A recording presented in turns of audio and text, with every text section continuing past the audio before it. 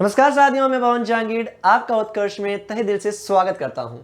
तो साथियों, आज हम यहां पर बात कर रहे हैं ह्यूमन डाइजेस्टिव सिस्टम के बारे में, मानव के पाचन तंत्र के बारे में कि उसका डायग्राम कैसे बनाया जाता है, उसके कौन कौन से पार्ट्स होते हैं और उसके क्या क्या काम होते हैं। चलिए स्टार्ट करते हैं। सबसे पहले उसके डायग्राम के बारे में बात करना, लेकिन उससे पहले आपको पता होना चाहिए कि ह्यूमन डाइजेस्टिव सिस्टम के पार्ट कितने होते हैं, तभी आप उसका डायग्राम इजीली बना पाएंगे। तो डाइजेस्टिव सिस्टम के मेजर दो पार्ट होते हैं। एक होती है डाइजेस्टिव ट्रैक्ट, जिसको एलिमेंट्री कैनाल कहा जाता है। इसके टोटल 6 पार्ट्स होते हैं। कौन कौन से 6 पार्ट्स होते हैं? बकल कैविटी, जिसको ओरल कैविटी भी कहा जाता है, हिंदी में कहते हैं इसको मुख गुहिका। फिर हम बात करेंगे ईसोफेगस। ईसोफेगस को कहा जाता है भोजन नली या ग्रसिका या फूड पाइप भी कहा जाता है। थर्ड हम पार्ट डिस्कस करेंगे स्टमक, आमाशय। फोर्थ हम बात करेंगे स्मॉल इंटेस्टाइन। फिफ्थ हम बात करेंगे लार्ज इंटेस्टाइन, छोटी आंत, बड़ी आंत। और 6th पार्ट हो जाएगा एनस। और फिर इसके अलावा दूसरा जो पार्ट है हमारे डाइजेस्टिव सिस्टम का, वो है एसोसिएटेड ग्लैंड्स। कुछ ऐसी ग्रंथियां होती हैं, कुछ ऐसी ग्लैंड्स होती है जो सहायता करती है सदस्य, इनको एसोसिएटेड ग्लैंड्स या सहायक ग्रंथियां कहा जाता है। और ये कितनी होती है? टोटल 3 होती हैं। एक सलाइवरी ग्लैंड, जिसको लार ग्रंथि कहा जाता है। सेकंड हम बात करेंगे पेनक्रियास के बारे में, जिसको अग्नाशय कहा जाता है। और थर्ड हम बात करेंगे लिवर के बारे में, जिसको यकृत कहा जाता है।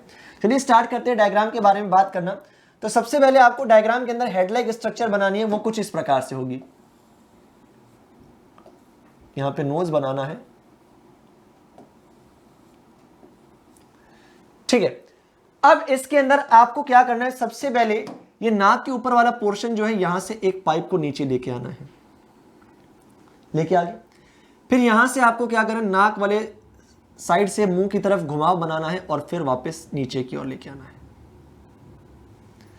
ठीक है। तो ये आपका बन चुका है फर्स्ट पार्ट, जिसको क्या कहा जाता है? जिसको कहा जाता है बकल कैविटी या मुख गुहिका। और इसी बकल कैविटी के अंदर हमारी टीथ होते हैं, हमारी टंग होती है और उसके साथ साथ सलाइवरी ग्लैंड होती है। तो सलाइवरी ग्लैंड यहां पर नीचे की तरफ पाई जाती है, एक यहां पर और एक यहां पर। ये मैंने क्या बनाई है? Salivary gland. लार ग्रंथि। तो बात करते चलिए बकल कैविटी के बारे में बात करना। तो बकल कैविटी के अंदर अगर हम बात करते हैं तो इसके अंदर मेजर 3 चीजें हैं। टीथ। टीथ कितने टाइप के होंगे? Incisor, canine, premolar, molar. Hindi में कहेंगे कृतंक, रदनक, अग्रचर्वणक और चर्वणक। और इनका काम क्या होता है? भोजन को चबाना और पीसना, मींस यहां पर ग्राइंडिंग करना फूड की। Chew and grind the food. और फिर हम बात करेंगे टंग की। टंग या जीभ का काम क्या होता है? जो हमारे मुंह में लार बनती है, सलाइवा बनता है, उसको फूड के साथ मिक्स करना, भोजन के साथ मिश्रित करना। थर्ड हम बात करेंगे सलाइवरी ग्लैंड की। तो सलाइवरी ग्लैंड क्या बनाती है? सलाइवा बनाती है, लार बनाती है, लार ग्रंथि। और वो क्या करती है? हम जो फूड इंटेक करते हैं, भोजन ग्रहण करते हैं, उस भोजन में स्टार्च को डाइजेस्ट करना, और स्टार्च डाइजेस्ट होगा तब क्या बनेगा? शुगर बनती है। तो हमारे मुंह के अंदर फूड आ चुका है, ये सारा काम हो चुका है। अब इसके बाद एक पाइप होगा जो मुंह से फूड को स्टमक तक लेकर आएगा। तो ये जो पाइप आपको दिखाई दे रहा है, यहां से बना रहा हूं मैं, ये मैंने एक पाइप बनाया, इसको कहा जाता है ईसोफेगस। हालांकि इधर बीच में फेरिंग्स भी होती है। फेरिंग्स क्या होता है? फेरिंग्स फूड का और हमारी नोज का, जो मैं कह सकता हूं एयर हमारी नोज के अंदर एंटर हो रही है, फूड जब एंटर होता है तो एक कॉमन पाथ के अंदर एंटर होता है, उसको फेरिंग्स कहा जाता है। बट अभी हमें सिर्फ ईसोफेगस की बात करनी है। तो ईसोफेगस या भोजन नली या ग्रसिका, इसका काम क्या होता है? हमने जो फूड इंटेक किया है, उस फूड को कहां तक पहुंचाना? स्टमक तक पहुंचाना, आमाशय तक पहुंचाना। तो यहां पर आप देख पा रहे होंगे ईसोफेगस का सिंपल सा काम है फूड को कहां तक कैरी करना? स्टमक तक कैरी करना। चलिए नेक्स्ट हम बात करेंगे स्टमक के बारे में। स्टमक की बात करते हैं तो स्टमक के अंदर मेजर 3 चीजें बनती हैं। एक तो बनता है HCl, हाइड्रोक्लोरिक एसिड। हाइड्रोक्लोरिक अम्ल का काम होता है, हमने जो फूड इंटेक किया है, अगर उसके अंदर कोई माइक्रो ऑर्गेनिज्म, कुछ सूक्ष्म जीव आ गए हैं तो उनको नष्ट कर दो, मार दो। सेकंड है यहां पर म्यूकस। एक ये स्टिकी सब्सटेंस होता है, एक चिपचिपा पदार्थ होता है, जो हमारे स्टमक की अंदर वाली लाइनिंग जो होती है, स्टमक के अंदर वाली जो वॉल होती है, उसको प्रोटेक्ट करने का काम करता है, ताकि वहां पर HCl के कारण कुछ दिक्कत ना हो जाए। फिर हम बात करते हैं पेप्सिन। पेप्सिन का काम सिंपल सा क्या होता है? प्रोटीन को किस में कन्वर्ट करना? पेप्टोन्स में कन्वर्ट करना। प्रोटीन जो होते हैं उनको डाइजेस्ट करके पेप्टोन्स बनाना। ठीक, चलिए अब हम बात करते हैं आगे। अब यहां पर हम बात कर रहे हैं, नेक्स्ट जो पॉइंट होगा वो होगा स्मॉल इंटेस्टाइन और लार्ज इंटेस्टाइन। देखिए हालांकि फूड सबसे पहले माउथ में एंटर होता है, फिर इसोफेगस में जाता है, फिर स्टमक में जाता है, फिर फूड जाता है हमारी स्मॉल इंटेस्टाइन के अंदर। लेकिन स्मॉल इंटेस्टाइन बनाने से पहले हमें लार्ज इंटेस्टाइन बनानी पड़ेगी। चलिए लार्ज इंटेस्टाइन बना लेते हैं हम यहां पे।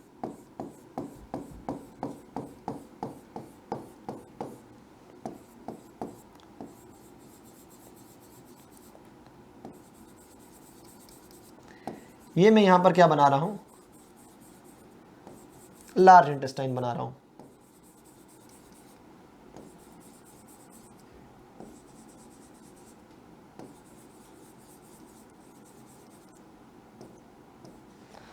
ठीक है, और यहां पर होती है हमारी अपेंडिक्स। तो लार्ज इंटेस्टाइन का फंक्शन क्या होता है वो समझने से पहले हम यहां पर स्मॉल इंटेस्टाइन भी बना लेते हैं, छोटी आंत बना लेते हैं। चलिए तो अब बनाने वाले हम स्मॉल इंटेस्टाइन। स्मॉल इंटेस्टाइन बड़ी कॉइल्ड होती है, गुंथी हुई होती है, तो उसको समझना थोड़ा आपके लिए मुश्किल होगा, तो कुछ इस प्रकार से आपको अंदर की ओर बना देना है।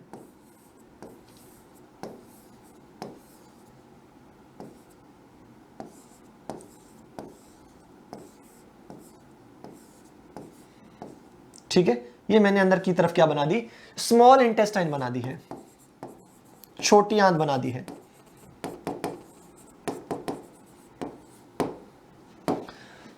ठीक है, चलिए तो अब यहां पर हम बात कर रहे हैं किसके बारे में, हम यहां पर स्मॉल इंटेस्टाइन, तो फूड स्टमक के अंदर आया, फिर आता है स्मॉल इंटेस्टाइन के अंदर, किसके थ्रू, स्टमक के थ्रू।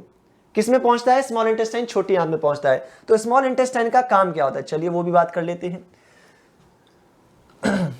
स्मॉल इंटेस्टाइन जो होती है वो क्या बनाती है, इंटेस्टाइनल जूस बनाती है, आंत्र रस बनाती है। आंत्र रस जो होते हैं वो तीन चीजों का यहां पर डाइजेशन करेंगे, कार्बोहाइड्रेट का, एक प्रोटीन का और फैट का। कार्बोहाइड्रेट का जब डाइजेशन होगा तब बनेगा ग्लूकोज, प्रोटीन का जब डाइजेशन होगा तब बनेंगे एमिनो एसिड, और फैट का जब डाइजेशन होगा तब बनेगा फैटी एसिड और ग्लिसरॉल। तो किसका डाइजेशन कौन कर रहा है, यहां पर इंटेस्टाइनल जूसेस कर रहे हैं, आंत्र रस कर रहे हैं, कार्बोहाइड्रेट, प्रोटीन एंड फैट का। और जब छोटी आंत के अंदर सारा भोजन का डाइजेशन हो जाता है, भोजन का एब्जॉर्प्शन हो जाता है, फिर उसके बाद फूड जाता है लार्ज इंटेस्टाइन के अंदर। अब लार्ज इंटेस्टाइन के मेजर तो तीन पार्ट होते हैं, कोलोन, सीकम, रेक्टम, लेकिन हम यहां पर दो पार्ट डिस्कस कर रहे हैं, कोलोन और रेक्टम। कोलोन की बात करें तो कोलोन का सिंपल सा काम होता है कि हमारा जो फूड है उसके फूड के अंदर जो वाटर है उस वाटर को एब्जॉर्ब करना, और वाटर को एब्जॉर्ब करने के बाद जो रिमेनिंग अनडाइजेस्टेड फूड बचता है, वो सारा अनडाइजेस्टेड फूड जो होता है वो फेसिस की फॉर्म में रेक्टम के अंदर इकट्ठा हो जाता है, मतलब मलाशय के अंदर अपचित भोजन इकट्ठा हो जाता है। तो यहां पर ये मलाशय या रेक्टम कहां पर पाया जाता है, तो मलाशय या रेक्टम आपको यहां पर देखने को मिलेगा। इसके अंदर सारा अनडाइजेस्टेड फूड स्टोर होता है, और ये वाला जो पार्ट आपको दिखाई दे रहा है इसको अपेंडिक्स कहा जाता है।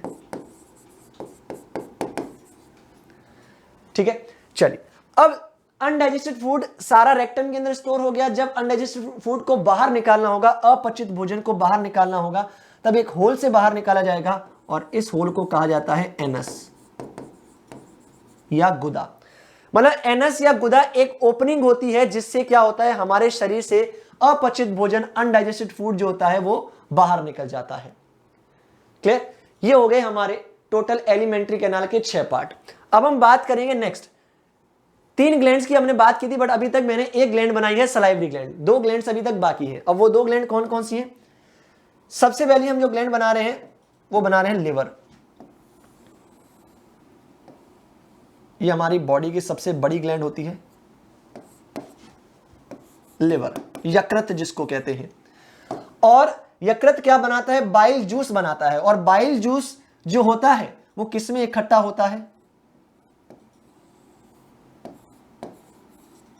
गॉल ब्लैडर में, पित्ताशय के अंदर इकट्ठा होता है। मतलब लिवर जो है, यकृत जो है, एक रस बनाता है जिसको बाइल जूस कहते हैं, पित्त रस कहते हैं, और पित्त रस किसके अंदर इकट्ठा होगा, गैल ब्लैडर के अंदर होता है, या फिर मैं कह सकता हूं पित्ताशय।